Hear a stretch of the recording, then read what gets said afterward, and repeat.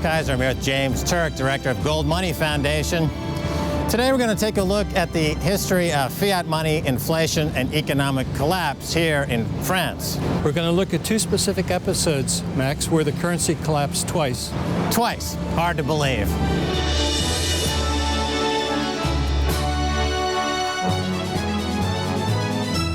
France's first experiment with fiat money lasted only 5 years, but it left deep scars. In 1715, Scottish financier John Law found a willing succor in French regent Philip d'Orléans. Louis XIV, the Sun King's wars and extravagance, had left France heavily in debt. His successor tried in vain to square the budget, but expenses doubled income. Drastic cuts would have to be made unless another solution was found. John Law, heading up the Banque Générale, started issuing banknotes. He said this would guarantee liquidity and increase commerce. The bank invested in some hot properties, including the Mississippi Company, whose shares traded right here on Rue Quincampoix. Shares jumped, as did the value of the banknotes. And then, in 1718, the Banque Générale became the Banque Royale, and they issued even more shares. The economy boomed as paper wealth became widespread. In 1720, John Law was made Minister of Finance. But that same year, the bubble popped. The shares started to fall. Law's solution was to issue more banknotes to attempt to prop up the share price in rapidly increasing amounts.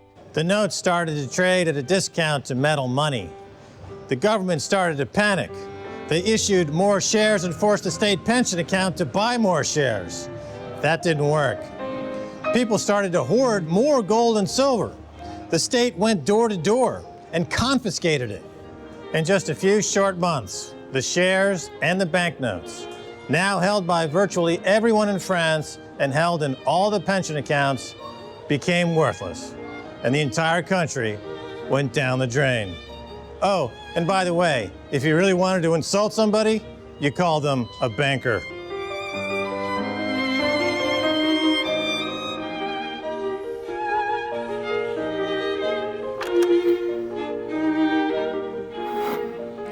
I'm James Turk. I'm a director of the GoldMoney Foundation.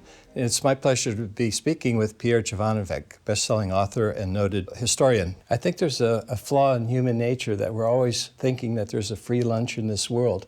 And a free lunch comes one way from printing money, but in reality, there is no free lunch, and printing money ultimately leads to a financial or monetary crisis, which is what happened with the Mississippi bubble. Yeah. It ultimately, the stocks, the shares of the Mississippi Company rose.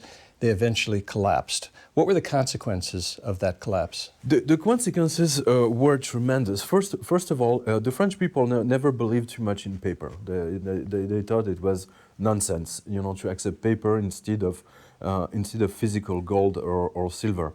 And then there was a kind of mini revolution started. There was the Mississippi Company was Rue Quincampoix in Paris, and there were like thousands of people, coming and striking just in front. So they wanted their money back, and they were like, I think if I remember it was a bank run. Yeah, it was a bank run. Yeah. So everybody, and the bank run started with the people who were very well informed.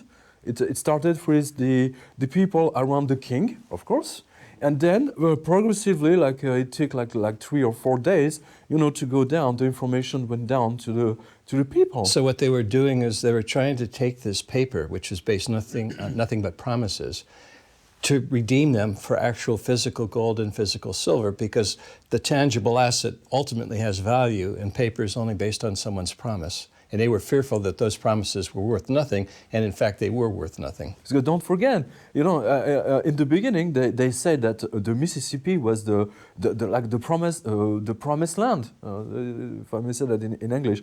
So it was filled in some biblical city, or filled with gold mines and silver mines and apples in gold on trees, you know, something like this. So people really fantasized about it, you know. So everybody wanted the shares of this Mississippi company, and to the point that it was such a success that John Law issued more action. Of course, more shares yeah. than available. So, but that's a very common thing. You know, we saw that through history. After the collapse of the Mississippi bubble, what was the impact on the French people? Was it throughout the entire country or just within Paris?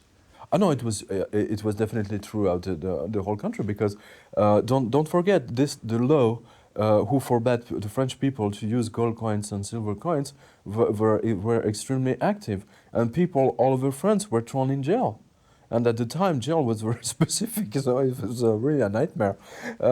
So people were really scared because everybody went nuts. There was just this anger against the politicians. We cannot use the term politician because at the time it was the aristocracy, the monarchs, the monarchs who were there. But the anger of the people was already there, and this anger is going to be demultiplied, and which will give not only the French Revolution, but also the terror period, you know, 3 years later, when they will take everybody and just to send them to the guillotine. So this is, it's like a maelstrom of anger, of people who have been stolen from their wealth, for which they worked all their lives. The country's best minds come here to the assembly to make impassioned speeches, but the crushing debt is a problem. 70 years later, France again turned to paper currency. How could this happen?